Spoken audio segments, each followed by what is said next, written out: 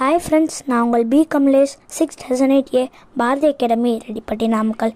நாம் இது வரைக்கும் ஒரு ஆண்டர்ப்ரனர்னால் என்ன, நாம் எப்படி ஒரு ஆண்டர்ப்ரனராக உருவாகுறதுங்கிறத பற்றி தான் பார்த்துருப்போம். இன்றைக்கி நாம் ஒரு ஆண்டர்ப்ரனருக்கு தேவையான தகுதிகள், எப்படி ஒரு ஆண்டர்ப்ரனர் ஒரு மக்கள்கிட்ட ரீச் ஆகுறாங்கிறத பற்றி தான் பார்க்க போகிறோம்.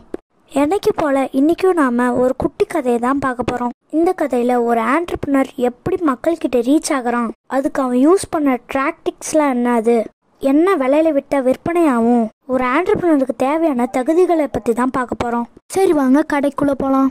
ஒரு ஊரில் 2 ஃப்ரெண்ட்ஸ் இருக்காங்க.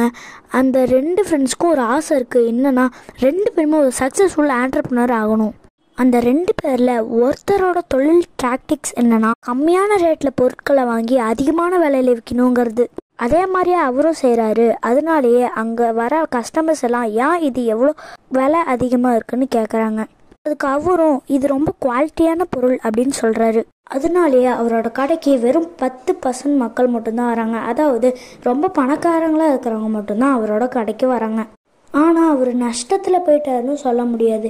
ஏன்னா அந்த ஊர்லேயே அவர் தான் பொருட்களுக்கு அவ்வளோ விலை வாங்குறவர். அந்த 2 பேரில் இன்னொருத்தருக்கான தொழில் டாக்டிக்ஸ் என்னென்னா எல்லாத்துக்கும் எல்லாம் கிடைக்கணும்.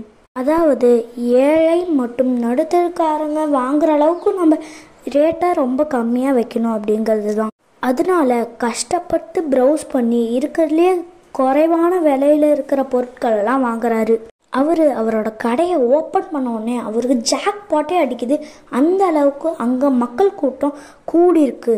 அவரோட கடைக்கு வந்த ஏழை நடுத்தரக்காரங்க யாருமே எந்த பொருளையும் வாங்காமல் போனதில்லை. அதுக்குன்னு இவரோட ஃப்ரெண்டு சாதிக்கலைன்னு சொல்ல முடியாது. ஏன்னா இவரை விட அவர் நிறையாவே காசு சேமிச்சு வச்சிருக்காரு தான். ஆனால் இவரை விட அவர் பெரிய விஷயம் எதுவுமே பண்ணலை. அதாவது இவரை விட அவர் ஒன்றும் பெருசாலாம் சாதிக்கலை. நாம் இந்த கதையில் மொத்தம் 2 ஆண்டர்ப்ரனர்ஷிப் பற்றி பார்த்துருப்போம்.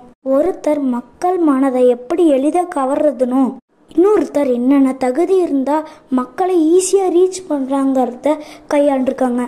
நீங்கள் ஆண்டர்ப்ரனர் ஆகிறதுக்கு இந்த 2 தகுதியுமே தேவைதாங்க. ஓகே ஃப்ரெண்ட்ஸ், நம்ம திருப்பி வேறு கதையில் சந்திப்போம். நன்றி.